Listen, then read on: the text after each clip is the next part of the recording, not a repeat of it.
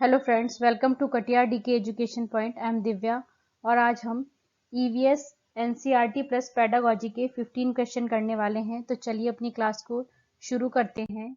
ये class paper 1 के लिए है, सीटेट पेपर 1 के लिए है। पहला क्वेश्चन है, उस वैज्ञानिक का नाम जिसने पहली बार मच्छर के पेट में झांका और यह साबित किया कि मच्छर मलेरिया फैलाते हैं, और उनके शोध के लिए दिसंबर 1902 में चिकित्सा में नोबेल पुरस्कार दिया गया। तो आपको बताना है कि वो कौन है जिनको नोबेल पुरस्कार दिया गया। पहला चार्ल्स डार्विन, दूसरा ग्रेगर मेंडल, तीसरा जॉर्ज मिस्ट्रल, फोर्थ है रोनाल्ड रोस। तो आपका करेक्ट आंसर है ऑप्शन नंबर डी, रोनाल्ड रोस। नेक्स्ट है आपका, प्राथमिक विद्यालय के बच्चों को पर्यावरण अध्ययन का शिक्षण करते हुए आपने पाया कि कुछ बच्चे एकल अभिभावक परिवारों में रहते हैं। इस परिस्थिति में आपकी क्या प्रतिक्रिया होगी? पहला, इन बच्चों की अवहेलना करें और विषय परिवार और संबंधों पर ध्यान केंद्रित करें। तो हमें किसी बच्चे की अवहेलना नहीं करनी है, तो पहला ऑप्शन आपका गलत है। दूसरा, इन बच्चों से सहानुभूति दर्शाएं और उन्हें परिवार पद समझाने के लिए कहें। यह भी बिल्कुल गलत है। सी ऑप्शन है, ऐसे परिवारों में बच्चों द्वारा सामना की गई कठिनाइयों पर विशेष बल दें और विषय पर ध्यान केंद्रित करें। डी ऑप्शन है आपका, ऐसे बच्चों का संदर्भ सम्मिलित करें और समानुभूति की एक संस्कृति का निर्माण करें। तो ये देख रहे हैं ना आप, समानुभूति। तो यही ऑप्शन नंबर डी ही आपका करेक्ट होगा कि हमें ऐसे बच्चों के साथ क्या करना है, हमें ऐसे बच्चों को का जो संदर्भ है उसे सम्मिलित करना है और समानुभूति की एक संस्कृति का निर्माण करना है। नेक्स्ट क्वेश्चन है आपका, हाथियों के झुंड के बारे में निम्नलिखित में से कौन सा कथन सही है? पहला, उनके झुंड में हमेशा 2 या उससे अधिक नर हाथी होते हैं। यह बात बिल्कुल गलत है, पहला ऑप्शन आपका गलत है। बी ऑप्शन है, उनके झुंड में सारे नर हाथी होते हैं तथा हाथी के बच्चे मादा हाथियों के साथ रहते हैं। जो नर हाथी होता है वो कभी झुंड में नहीं रहता है। तो ये भी बी ऑप्शन भी आपका गलत है। सी, नर हाथी झुंड के साथ 14-15 वर्ष की आयु तक रहते हैं। सी ऑप्शन आपका करेक्ट है। डी ऑप्शन है, उनके झुंड में केवल मादाएं और हाथियों के बच्चे रहते हैं। डी ऑप्शन भी आपका करेक्ट है। तो सी एंड डी, ऑप्शन नंबर 3 आपका करेक्ट होगा। नेक्स्ट क्वेश्चन है, श्रवण बाधित बच्चों की शैक्षिक आवश्यकताओं के प्रबंध के लिए शिक्षिका को ऑनलाइन शिक्षण में रूपांतरण करना चाहिए। पहला ऑप्शन है, ऑनलाइन कक्षा के दौरान विशेष शिक्षक की सहायता लेनी चाहिए। यह बात बिल्कुल ठीक है। अगर बच्चा श्रवण बाधित है तो हमें क्या करना चाहिए, विशेष शिक्षक की सहायता लेनी चाहिए। बी ऑप्शन है, केवल उनके लिए ऑफलाइन क्लास का प्रबंध करके। ये भी हम कर सकते हैं। वैसे तो जहां केवल लगा हुआ होता है वो निगेटिव होता है, लेकिन हम ऐसा कर सकते हैं उन बच्चों के लिए। सी ऑप्शन है आपका, उपशीर्षकों और साथ साथ अनुशीर्षकों को अपने वीडियो और पीपीटी से जोड़ना। ये भी बात ठीक है। सी ऑप्शन भी आपका ठीक है। और डी है, अधिक से अधिक दृश्यों का उपयोग करना, क्योंकि बच्चा सुन नहीं सकता है लेकिन वो देख सकता है। तो हम क्या करेंगे, अधिक से अधिक दृश्यों का उपयोग करेंगे। तो ए बी सी डी आपके चारों ही ऑप्शन यहाँ पे करेक्ट होते हैं। नेक्स्ट क्वेश्चन है, निम्नलिखित पहेली को हल कीजिए। सिर पर मेरे ताज है, सुंदर नाच दिखाता हूँ, सुंदर पंखों पर नाज है, मैं हूँ, बताइए कौन है वो? तोता, फाख्ता, बत्तख या फिर मोर? तो आपका ऑप्शन नंबर डी करेक्ट है। कौन है ये? बत्तख, नहीं सॉरी, मोर। Option number D. किसके सिर पर ताज है और सुंदर नाच दिखाता है और किसे अपने पंखों पर नाज होता है? तो ऑप्शन नंबर डी आपका करेक्ट है, मोर। नेक्स्ट क्वेश्चन है आपका, निम्नलिखित में से कौन सा जीव अपने पैरों पर पेशाब करता है? पहला गिद्ध, दूसरा चील, तीसरा है बाज, डी ऑप्शन है आपका कौवा। तो बताइए आप इसमें से करेक्ट क्या होगा? ऑप्शन नंबर ए, जो गिद्ध है वो क्या करता है, अपने पैरों पर पेशाब करता है और इसको प्रकृति का सफाई कर्मी भी कहा जाता है ना।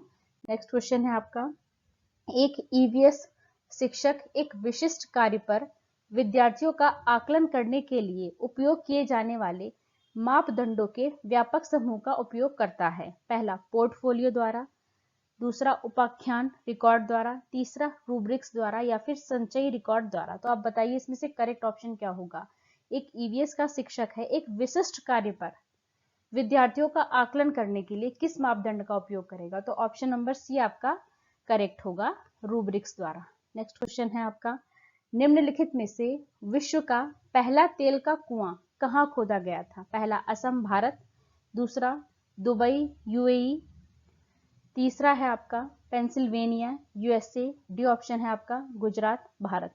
तो इसमें आपका करेक्ट आंसर है option number C, Pennsylvania USA. Next question है आपका, पट्ट चित्रकला किस राज्य की पारंपरिक चित्रकला हस्तशिल्प है?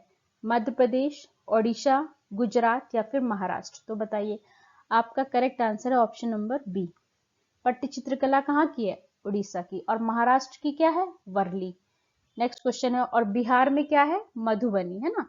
नेक्स्ट क्वेश्चन है आपका, एक ईवीएस अध्यापक ने अंकुरण विधि को समझाने के लिए विद्यार्थियों को घर के लिए एक क्रियाकलाप देने का निश्चय किया। निम्न में से आप सबसे उपयुक्त क्रियाकलाप कौन सा है ये बताइए, है ना, अंकुरण विधि को समझाने के लिए। पहला, चित्र के साथ चार्ट तैयार करना, दूसरा बीज को गमले में लगाना, तीसरा मूंग से अंकुरण को निकलते हुए देखना, डी ऑप्शन है आपका वीडियो क्लिप देखना। तो बताइए, बच्चा सबसे अच्छा कहाँ सीखेगा? कहाँ सीखेगा? जब वो खुद करके सीखेगा, है ना। तो ऑप्शन नंबर सी आपका करेक्ट होगा, मूंग से अंकुरण को निकलते हुए देखना। नेक्स्ट क्वेश्चन है आपका, रेगिस्तानी ओक एक पेड़ का नाम है जिसकी जड़ें उसकी गहराई तक जमीन में भीतर जाती हैं जब तक कि वह पानी तक ना पहुंच जाए।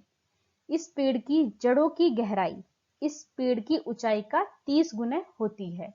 यह पेड़ पाया जाता है? पहला ऑप्शन है अबू धाबी में, दूसरा राजस्थान में, तीसरा ऑस्ट्रेलिया, फोर्थ है आपका रूस। तो ये डेजर्ट ओक कहाँ पाया जाता है? ऑस्ट्रेलिया में। ऑप्शन नंबर सी आपका करेक्ट है। नेक्स्ट क्वेश्चन है आपका, आर्यनाथ एक सपेरा है। जब वह अपना वाद्य यंत्र बीन बजाता है तो सांप उसकी ध्वनि पर अपना सिर इधर उधर घुमाता है। सांप के वाद्य यंत्र पर अनुक्रिया करने का क्या कारण है? जब बीन बजाई जाती है तो सांप क्यों अनुक्रिया करता है उस पर? पहला ऑप्शन है बीन की मधुर गंध, गलत बात है ये। बी ऑप्शन क्या है? सांप का अपने बाहरी कानों द्वारा बीन द्वारा उत्पन्न ध्वनियों को सीधे ही सुन सकना। तो जब सांप के कान ही नहीं होते हैं तो वो बीन की ध्वनि को कैसे सुन सकता है? सांप के तो कान ही नहीं होते, तो ये भी गलत हो गया। सी ऑप्शन क्या है? सांप की आंखों द्वारा बीन की गति का अनुसरण ना करना, ये भी गलत है आपका। सी ऑप्शन भी गलत हो जाता है। तो ऑप्शन नंबर डी क्या है? बीन द्वारा उत्पन्न कंपनों का जमीन से होकर संचरण। ठीक है, ऑप्शन नंबर डी आपका करेक्ट है। जब सपेरा बीन बजाता है तो उसकी जो कंपन होता है उसको वो महसूस करता है सांप। सांप के कान नहीं होते हैं, तो क्या होता है? बीन द्वारा उत्पन्न कंपन को जमीन से होकर संचरण, है ना। तो सांप क्या होता है? उसके कंपन को महसूस करता है ना, सांप को सुनाई नहीं देता है। तो ऑप्शन नंबर डी आपका करेक्ट होगा। नेक्स्ट क्वेश्चन है आपका, निम्नलिखित में से हमारे देश के किस राज्य के अधिकतर लोग सरसों के तेल में पकी हुई समुद्री मछली खाना पसंद करते हैं?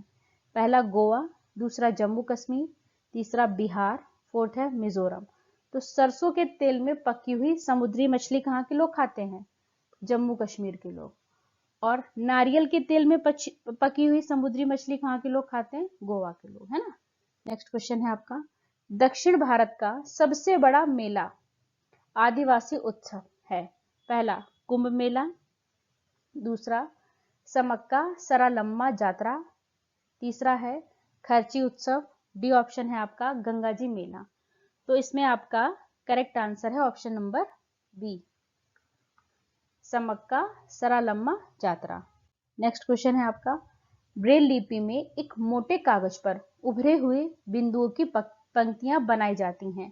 यह लिपि कितने बिंदुओं पर आधारित होती है? पहला 4 बिंदुओं पर, 6 बिंदुओं पर, 8 बिंदुओं पर या फिर 10 बिंदुओं पर। तो जो ब्रेल लिपि होती है वो आपके 6 बिंदुओं पर आधारित होती है। ऑप्शन नंबर बी आपका करेक्ट है। वीडियो अच्छी लगे तो लाइक करें, शेयर करें, चैनल को सब्सक्राइब करें। Thanks for watching this video.